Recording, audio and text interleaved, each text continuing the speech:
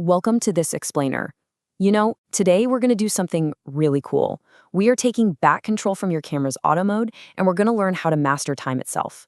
We're about to fundamentally transform how you look at photography just by focusing on one single incredibly powerful tool.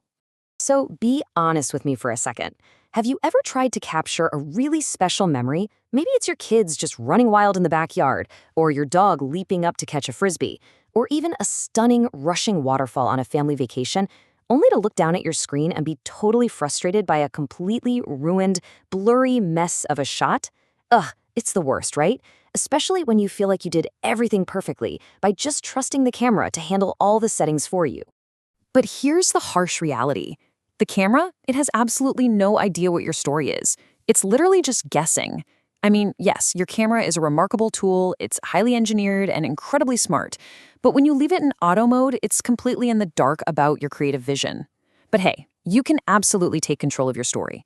Today, we're taking that control right back, and we're looking at one specific setting that gives you total, ultimate command over how your camera perceives time. Section. The window blinds analogy, demystifying the mechanics. Let's jump right into this.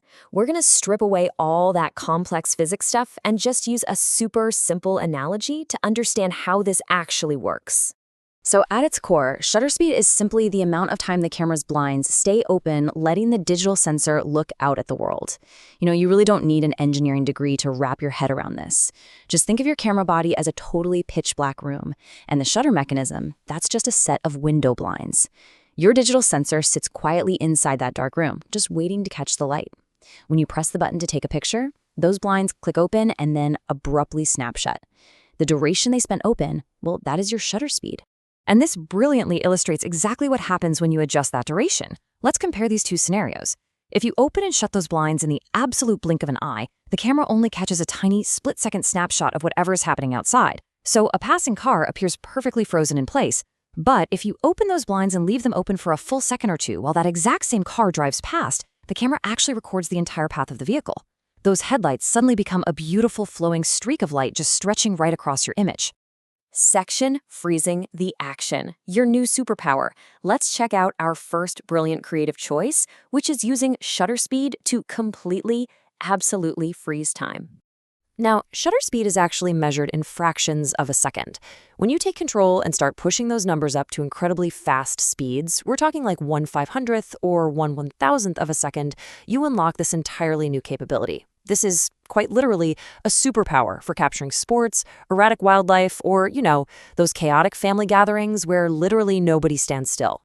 And what's really fascinating here is how these incredibly fast speeds let you capture crisp details without even a hint of accidental movement.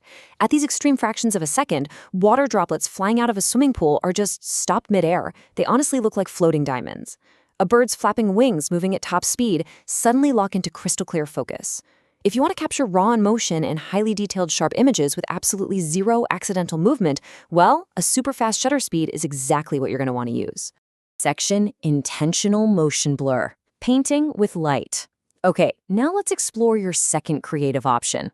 This is where we slow things way down to stretch movement across your image and tell a completely different kind of story. When you intentionally use a slower shutter speed, you step into this whole new world of creative expression. By dialing your camera down to maybe a half second or even a full second, you're intentionally letting movement flow. It creates these absolutely stunning, dreamy photos.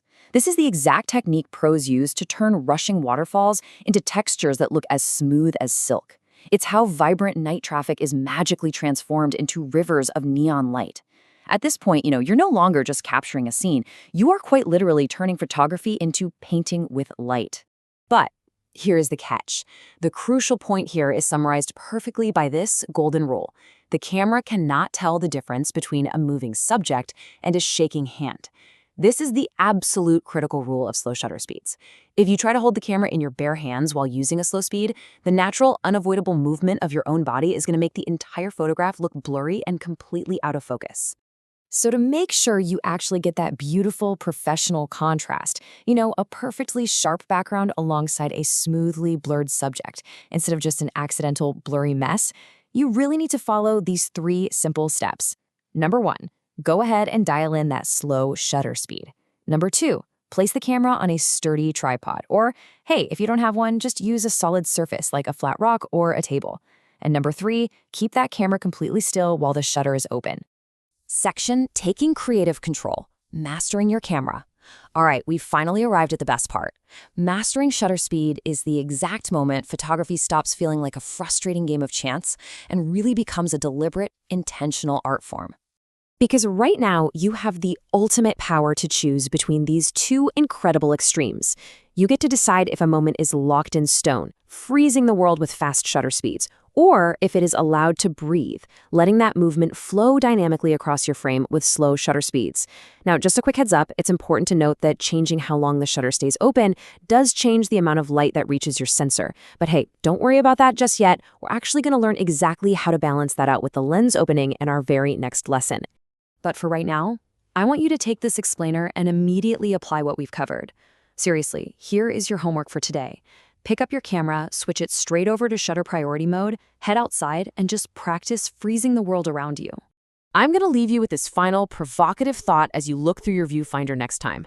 Will you lock your very next moment perfectly in stone, or will you allow it to breathe? The incredible thing is, that choice is now entirely yours. Have a blast out there, and thanks so much for joining me today.